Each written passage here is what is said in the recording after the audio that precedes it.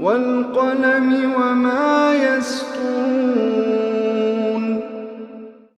नाज़रीन अस्सलामु अलैकुम रहमतुल्लाहि व बरकातुहू। सीधी बात की ताज़ा तरीन खबरों में आप लोगों का इस्तकबाल है। आइए सबसे पहले आज की सुर्खियों पर नजर करते हैं। हरियाणा असेंबली इंतखाबात शिकस्त के बाद फूट फूट कर रोई TikTok queen Sonali Phogat. Haryana exit poll गलत साबित होने पर कांग्रेस लीडर शैलजा खुश, कहा आवाम ने बीजेपी को मुस्तरद कर दिया। चुनाव कमीशन गंगोह सीट जिमनी इंतखाबात की जांच करे, प्रियंका गांधी का बयान।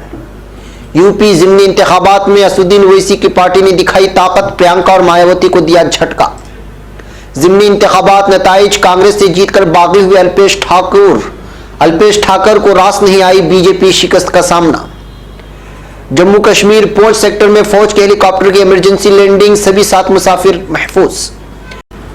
दिल्ली की गैर मंजूर शुदा कॉलोनियों को मंजूर करने पर अरविंद केजरीवाल ने मरकज का शुक्रिया अदा किया, कही ये बात।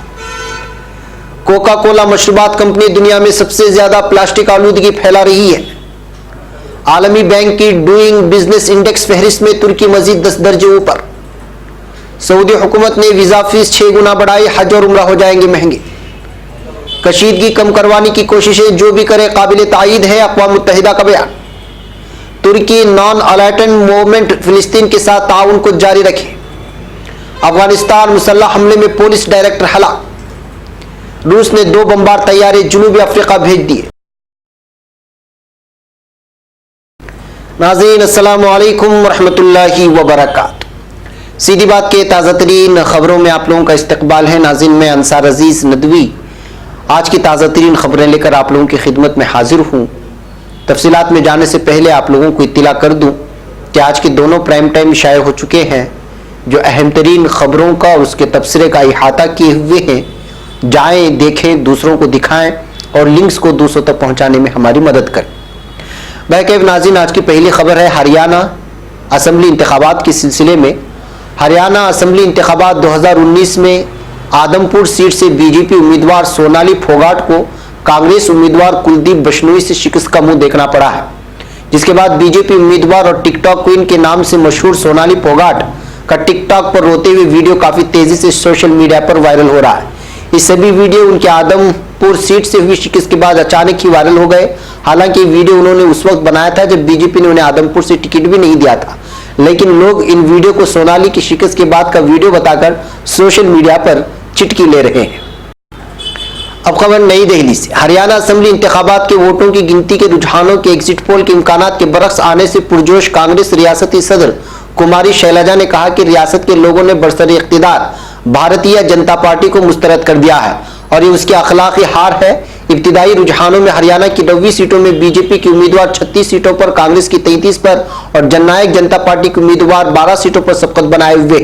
आजाद उम्मीदवार भी 6 सीटों पर आ गए। कुमारी शैलजा ने आज रुझानों के बाद ट्विटर पर पहला रद्द-ए-अमल जाहिर करते हुए कहा, हरियाणा के अवामी फैसले वाज़ेह होता है कि लोगों ने बीजेपी को मुस्तरद कर दिया है। अब खबर लखनऊ से। कांग्रेस जनरल सेक्रेटरी प्रियंका गांधी वाड्रा ने उत्तर प्रदेश की गंगोह असेंबली सीट के लिए हो रहे जिमनी इंतखाबात की वोटों की गिनती में आज रियासती हुकूमत के एक वजीर पर दबाव बनाने का इल्जाम लगाया और चुनाव कमीशन से उसकी जांच कराने का मुतालबा किया है। प्रियंका वाड्रा ने ट्वीट किया, भारतीय जनता पार्टी इतने घमंड में है कि उनका वजीर गंगोह में हमारे जीतने वाले उम्मीदवार को वोटों की गिनती के मरकज से निकालकर अवाम का फैसला बदलने की कोशिश में है। जिला मजिस्ट्रेट को 5-5 बार फोन पर लीड कम कराने के हुक्म दिए जा रहे थे। कांग्रेस जनरल सेक्रेटरी ने उसे जमहूरियत के साथ नाइंसाफी बताया और चुनाव कमीशन से इस मामले की जांच करने की अपील की। अब खबर उत्तर प्रदेश। असेंबली इंतखाबात में प्रतापगढ़ सदर सीट पर बीजेपी अपना दल इत्तेहाद ने अपना कब्जा बरकरार रखा है। यहां अपना दल उम्मीदवार राजकुमार पाल ने तकरीबन 30,000 वोटों से जीत हासिल की, लेकिन प्रतापगढ़ का जिमनी इलेक्शन असदुद्दीन ओवैसी की पार्टी एमआईएम की कारकर्दगी की वजह से भी सुर्खियों में है। दरअसल एमआईएम के इसरार अहमद इस इलेक्शन में 19,662 वोटों के साथ तीसरी पोजीशन पर रहे। खास बात यह है कि कांग्रेस उम्मीदवार चौथी और पहली मरतबा जिमनी इलेक्शन लड़ रही बीएसपी 5वीं पोजीशन पर रही। बता दें कि उत्तर प्रदेश में गुज़िश्ता साल हुए बल्दियाती इंतखाबात में भी एमआईएम ने बीएसपी और एसपी को चौंकाते हुए फिरोजाबाद नगर निगम में दूसरी पोजीशन पर अपनी जगह बनाई थी। अब खबर अहमदाबाद से। गुजरात में 6 सीटों पर हुए ज़िमनी इंतखाबात के भी आज जुमेरात को नताइज आए हैं। इब्तिदाई रुझानात से कांग्रेस और बीजेपी के दरमियान टक्कर चलती रही। दोनों पार्टियां 3-3 सीटों पर आगे चलती रही। बनासकांठा जिले की थराद सीट, महासाना की Kheralu seat, Aroli head seat, Ahmedabad की अमवाड़ी सीट और महिसागुर जिला की सीट के लिए अभी भी वोटों की गिनती जारी थी जब तक हम रिकॉर्ड कर रहे थे। मौसूला इत्तलात के मुताबिक गुज़िश्ता दिनों कांग्रेस छोड़कर बीजेपी में शामिल हुए अल्पेश ठाकर कांग्रेस उम्मीदवार और रघु देसाई से हार गए। साल 2017 में हुए गुजरात असेंबली इंतखाबात में कांग्रेस के टिकट पर इलेक्शन लड़े अल्पेश ठाकर ने कुछ माह कबल नाराजगी जाहिर करते हुए पार्टी छोड़ दी थी। राधनपुर से अल्पेश ठाकर 4 राउंड तक पीछे चलते रहे।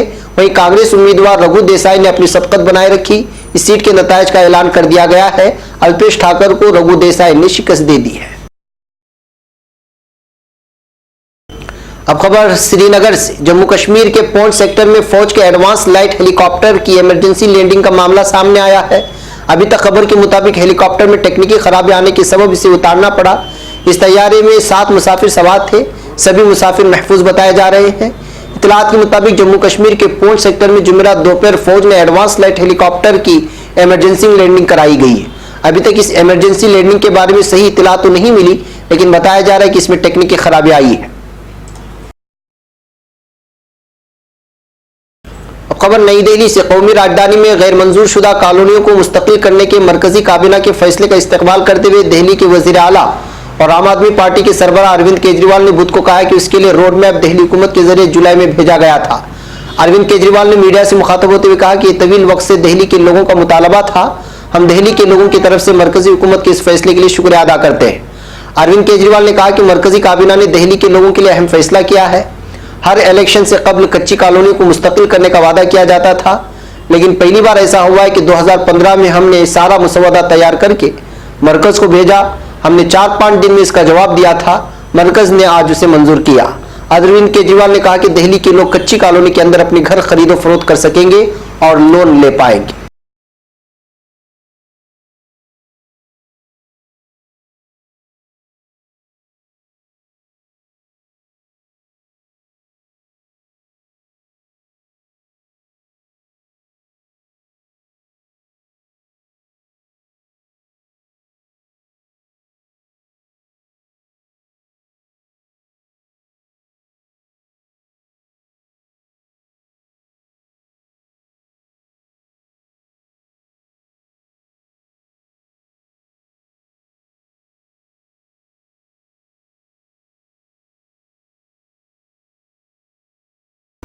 अब एक अहम तरीन खबर। दुनिया की सबसे बड़ी मशरूबात कंपनी कोका कोला दुनिया में सबसे ज्यादा प्लास्टिक आलूदगी फैलाने वालों में 2 साल से ऊपर तले पहले नंबर पर आ रही है।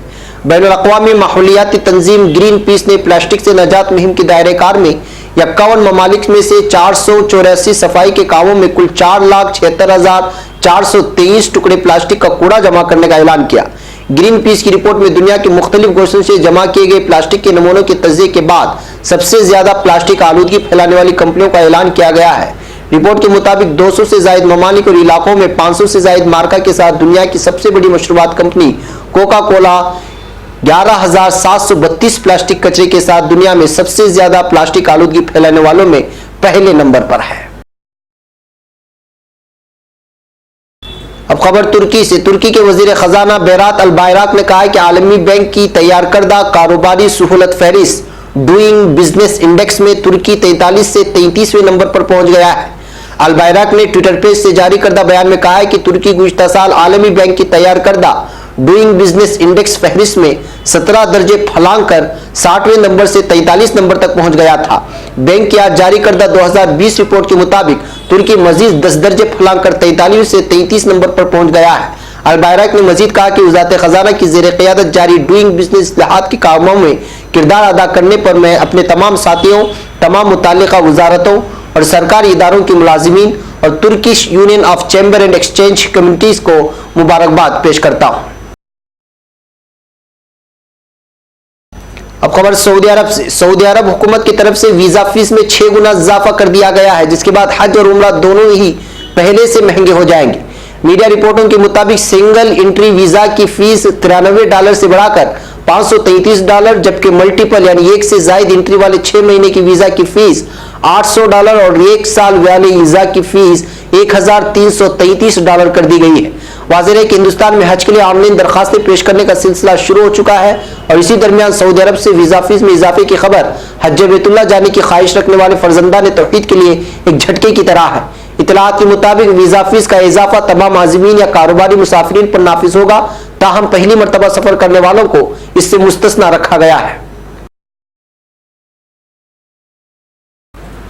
अब खबर अक़वाम मुत्तहिदा के ताल्लुक से। अक़वाम मुत्तहिदा के सेक्रेटरी जनरल एंटोनियो गुटेरेस के तर्जुमान फरहान हक ने कहा है कि कशीदगी कम करने और शहरियों की जानो माल के तहफ़्फ़ुज़ को मुमकिन बनाने के लिए हमारा इदारा हर तरह के इक़दामात की तायीद करता है। फरहान हक ने अपने मामूल की प्रेस ब्रीफिंग के दौरान तुर्की और रूस के दरमियान शिमाली मशरिक़ी शाम से मुतालिक मुआहदे पर गौर किया। फरहान हक ने कहा कि इलाके की सूरत हाल और तुर्की और रूस के दरमियान हुए मुआहदे का हम मुशाहिदा कर रहे हैं, जबकि शामी मुहाजिरीन की वापसी पुरवकार और पुरअमन तरीके से होनी चाहिए। दूसरी जानिब शामी उमूर की नुमाइंदा खैर पेडरसन ने बताया कि इस सिलसिले में शाम की दस्तूरसाज कमेटी का इजलास 30 अक्टूबर को होगा। अब खबर तुर्की से। तुर्की के वज़ीर ख़ारिजा मेवलूद चावुशओग्लू ने बैनुल अक़वामी इजलास में फ़िलिस्तीनी अवाम के लिए ताउन की अपील की है। मेवलूद चावुशओग्लू ने अज़रबैजान के दारुल हुकूमत बाकू में एक मोमेंट के सरबराही इजलास के दायरेकार में और फ़िलिस्तीन के ज़ेर उन्वान मुनक़िदा वज़रा कमेटी इजलास में शिरकत की। इजलास से खिताब में उन्होंने कहा है कि इस वक्त फ़िलिस्तीन दावे को दरपेश दौर उसकी तारीख के मुश्किल तरीन अदवार में से एक है। ऐसे दौर में नॉन अलाइटेड मूवमेंट का फ़िलिस्तीन साथ ताउन को जारी रखना निहायत अहमियत का हामिल है। चावुशओग्लू ने कहा है कि हम एक दफ़ा फिर इस बात का इआदा करते हैं कि इसराइल के कब्जा और तोसी पॉलिसी जारी है और इंतखाबी मुहिम के दौरान नेतन्याहू के बयानात उसकी खुली अक्कासी करते हैं कि इसराइल एक नस्लियत परस्त हुकूमत में तब्दील हो रहा है। अब खबर अफगानिस्तान से। अफगानिस्तान के दारुल हुकूमत काबुल के इलाके बादगेस के पुलिस डायरेक्टर शरीफुल्लाह चेमतो मुसल्लह हमले में हलाक हो गए हैं। वज़ारत ख़ारिजा के तर्जुमान नुसरत रहीमी के मुताबिक 5th जोन में नामालूम अफराद ने बादगेस के पुलिस डायरेक्टर शरीफुल्लाह चेमतो पर हमला कर दिया। हमले में शरीफुल्लाह हलाक हो गए। वाक़े की तहक़ीक़ात शुरू करा दी गई है। अब खबर रूस से। रूस ने दिफाई ताउन समझौते के दायरेकार में 2 अदद बमबार तैयारों को जनूबी अफ्रीका भेजा है। मकामी ज़राए अबलाग के मुताबिक रूस के 2 बमबार तैयारों ने जनूबी अफ्रीका के शहर टिशवाने की वाटरक्लूफ फौजी एयरबेस पर लैंडिंग कर ली है। जनूबी अफ्रीका की दिफाई फोर्सेस की तरफ से जारी इस बयान के मुताबिक दोनों मुल्कों के दरमियान फौजी ताल्लुकात सिर्फ सियासी जद्दोजहद ही नहीं बल्कि उसके साथ साथ मुश्तरका मफादात पर भी मबनी है। रूस के 2 बमबार तैयारों का सूची में मुनक़िदा रूस अफ्रीका सरबराही इजलास और इक़्तिसादी फोरम इजलास के दौरान जनूबी अफ्रीका भेजा जाना मरकज़ तवज्जो बना हुआ है। नाज़रीन, ये थी आज की ताज़ा तरीन खबरें। अगली ताज़ा तरीन खबरों के साथ फिर आपसे मुलाकात होगी। हमारी पूरी टीम को यहाँ पर इजाज़त। अस्सलामु अलैकुम रहमतुल्लाहि व बरकातहू।